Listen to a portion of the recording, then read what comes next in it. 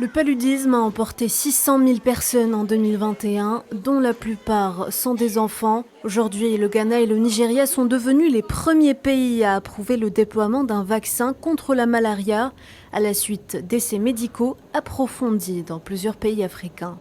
Néanmoins, l'Organisation mondiale de la santé n'a pas encore donné son approbation pour le vaccin développé par l'Université d'Oxford au Royaume-Uni. Au Kenya, 600 enfants ont été sélectionnés pour participer aux essais de phase 3 en cours du vaccin antipaludique R21. Avec plus de 3,5 millions de contaminations chaque année dans le pays, les parents d'enfants en bas âge s'inquiètent de plus en plus. Cette zone est humide et les gens ne dorment pas sous des moustiquaires. Les hôpitaux sont éloignés et chers. Un vaccin efficace serait donc utile. Lorsque mes enfants se font piquer par des moustiques, je dois les emmener à l'hôpital parfois plusieurs fois par mois. Un vaccin efficace serait d'une grande aide pour aider à éradiquer la maladie.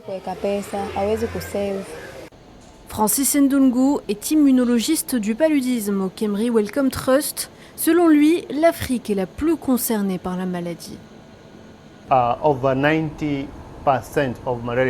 Plus de 90% des décès dus au paludisme surviennent en Afrique. La majorité des décès sont des enfants de moins de 5 ans. En plus de la mortalité, la maladie a également un impact sur la vie des gens, car elle affecte l'éducation et l'économie. Il est donc très important de disposer d'un vaccin antipaludique hautement efficace qui sauvera les enfants de la mort et leur donnera la possibilité de grandir et de se développer sans maladie afin qu'ils réussissent mieux à l'école, mais aussi dans la vie.